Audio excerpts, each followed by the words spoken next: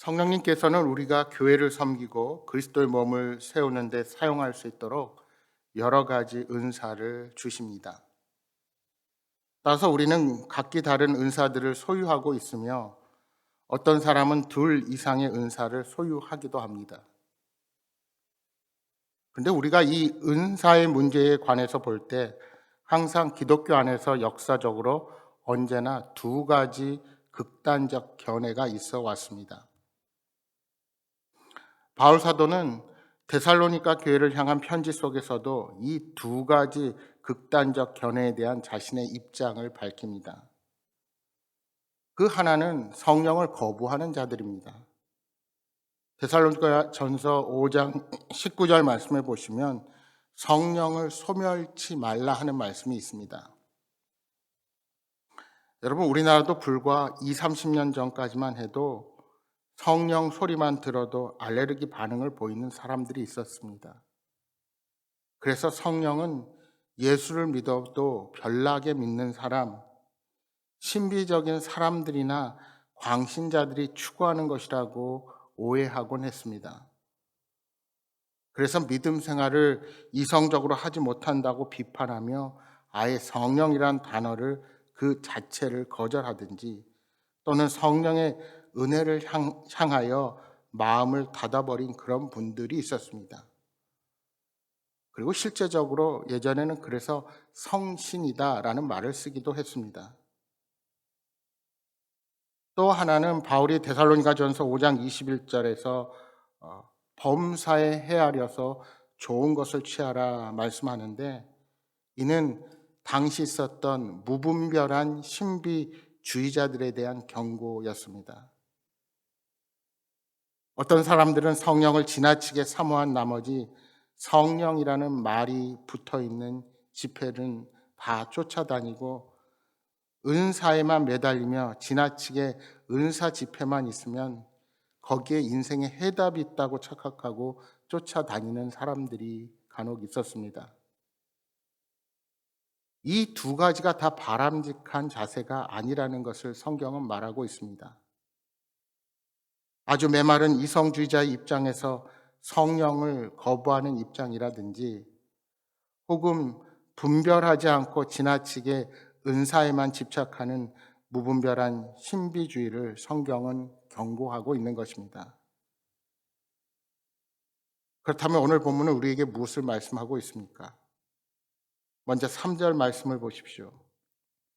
그러므로 내가 너희에게 알리노니 하나님의 영으로 말하는 자는 누구든지 예수를 저주할 자라 하지 아니하고 또 성령으로 아니하고는 누구든지 예수를 주시라 할 수 없느니라. 예수님을 주로 고백하는 사람들은 이미 성령님과 관계하고 있으며 성령을 받았다는 것을 전제로 하고 있습니다. 오늘 본문의 말씀을 통해서 은사, 즉 성령이 주시는 선물에 대해서 몇 가지를 생각해 볼 수 있습니다. 첫째로 말씀드린 것처럼 은사는 성령님이 주시는 선물입니다. 여러분, 은사는 내가 노력한다고 해서 얻어지는 것이 아닙니다. 11절 말씀해 보시면 이 모든 일은 같은 한 성령이 행하사 그의 뜻대로, 즉 성령의 뜻대로 각 사람에게 나누어 주시는 것입니다. 다시 말하면 은사가 우리에게 주어질 때 기본적으로 은사가 주어지는 것은 하나님이 뜻하셨기 때문에,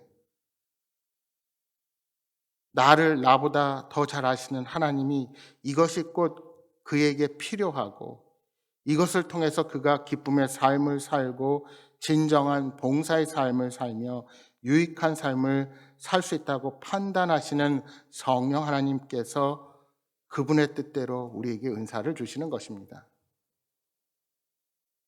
물론 그렇다고 해서 내가 은사를 구하는 것이 잘못된 것은 결코 아닙니다. 은사를 구할 수가 있습니다.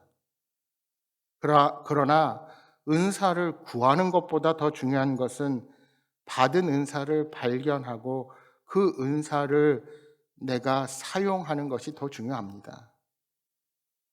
왜냐하면 하나님께서는 나에게 어떤 은사가 있어야 그것을 가지고 내가 어떻게 하나님께 영광을 돌리고 이웃을 섬기는 유익한 삶을 살 수 있을 것인가를 나보다 잘 아시기 때문입니다.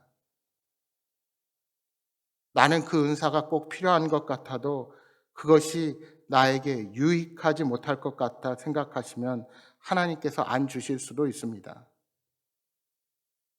여러분, 때로 우리는 우리의 은사와 실력, 즉 자신의 재능 또는 기질의 차이점을 혼동할 때가 있습니다.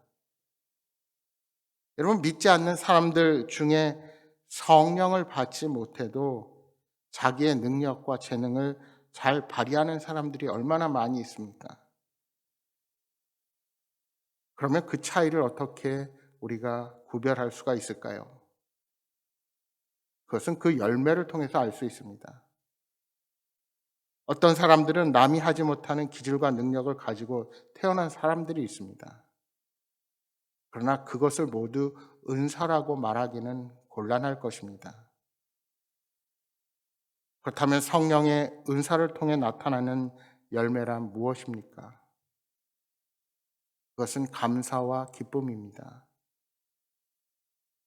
성령을 안 받고도 잘하는 사람은 남을 신경 쓰지 않고 자기의 일을 할지는 모르지만 교회 안에서 무리를 일으키고 불협화음을 가져올 수 있습니다. 그러나 성령의 은사를 통해 나타나는 일들은 교회를 조화롭게 하고 평화롭게 하며 기쁨이 있게 합니다. 그래서 우리가 두 번째로 생각할 것은 성령님이 은사를 주시는데 반드시 목적이 있다는 것입니다. 여러분, 은사는 사사로운 것이 아닙니다. 나의 영적 교만을 나타내는 수단이 아니라는 것입니다. 7절 말씀을 다시 보십시오. 각 사람에게 성령을 나타내심은 유익하게 하려 하심이라. 여러분, 우리에게 주어진 은사들이 성도 사이의 분열을 초래해서는 안 됩니다. 다시 말해서 자신이 갖고 싶어 하던 은사를 다른 사람들이 받았을 때 그것을 질투의 눈길로 바라본다든지 또는 동일한 은사를 가진 사람들끼리 은사를 사용하는 데 있어서 분열을 가져오면 안 된다는 말씀입니다. 하나님께서는 교회 전체의 유익을 위해서 영적인 은사를 넘치도록 우리에게 부어주셨습니다. 나의 사사로운 자랑과 욕심을 채우기 위한 방편이 아닙니다.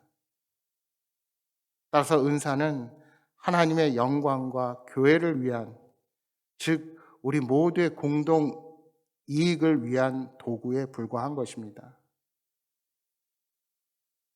그렇기에 성령님은 성도로 하여금 성도되게 하는 능력을 주시는 것입니다. 내 힘으로는 감당할 수 없고 내 의지로는 할 수 없는 것 같을 때 하나님께서 성령님을 통하여 은사를 우리에게 허락하시는 것입니다. 따라서 우리가 세 번째로 생각해 볼 수 있는 것은 성령님은 은사를 다양하게 각 사람에게 나누어 주신다는 사실입니다. 여러분, 성경을 통해서 우리 개개인에게 고유한 은사가 주어졌다는 것은 여러 번 강조되고 있습니다. 여러분, 이 세상에 그 누구도 친형제가 많다 하더라도 똑같은 사람은 한 사람도 없습니다. 심지어 일란성 쌍둥이도 다른 점들이 있기 마련입니다. 마찬가지로 우리에게 주어지는 은혜의 선물인 은사도 사람에 따라 각각 다른 모양으로 나타나게 됩니다. 로마서 11장 29절에 바울 사도는 말씀합니다. 하나님의 은사와 부르심에는 후회하심이 없느니라. 고린도전서 7장 7절에 이렇게 말씀합니다. 나는 모든 사람이 나와 같기를 원하노라. 그러나 각각 하나님께 받은 자기의 은사가 있으니 이 사람은 이러하고 저 사람은 저러하니라. 결국 우리는 자신이 받은 은사대로 살아가야 하는 겁니다. 은사는 성령님께서 주시는 것이기에 각 사람에게 필요에 따라 알맞게 나누어 주십니다. 서로 몸의 지체들이 다른 지체가 하지 못하는 고유의 기능을 가지고 있어서 각각의 기능이 서로의 몸을 온전하게 하는 것처럼 성령님께서 주시는 은사도 이와 같습니다. 따라서 4절 말씀에 은사는 여러 가지다라고 말씀하는 것입니다. 그리고 그러한 은사의 다양성을 오늘 8절 이하 11절 말씀에 기록하고 있습니다. 물론 여기에 등장하는 것만이 은사의 모든 종류가 아닙니다. 성경 다른 곳에도 이런 은사에 대해서 소개되고 있고 또 오늘날 변화된 사회 속에서 하나님께서 우리에게 필요한 은사들을 각각 나누어 주십니다. 따라서 우리는 은사는 다양하다는 말을 통해 한 가지를 잘 생각해야 합니다. 그것은 자기가 받은 은사가 최고라는 그런 교만에 빠져서는 안 된다는 것입니다. 예를 들어 어떤 분들은 내게 방언의 은사가 없다고 영적 열등감에 빠지기도 합니다. 그러나 믿음 생활 오래 했는데 방언을 하지 못한다고 부끄러워할 것도 없으며 부러워할 일도 아닙니다. 다만 내가 방언을 통해서 더 깊은 기도를 하고 싶다면 하나님께 구하시기 바랍니다. 내가 정말 간절히 하나님의 뜻에 따라 구한다면 또한 그것이 내게 합당하다면 하나님께서 그 기도에 응답하시고 또 다른 은사를 허락하실 수 있으실 것입니다. 그러나 그럼에도 불구하고 우리의 간절한 기도에 응답하시지 않는다면 그것은 바로 나의 유익을 위해서 허락하지 않는다는 사실을 기억하시기 바랍니다. 사랑하는 여러분, 오늘 하루를 시작하면서 우리 각자에게 성령님이 주시는 은사를 통해 하나님의 일을 더욱 잘 감당하는 저와 여러분이 되시기를 주님의 이름으로 축복합니다.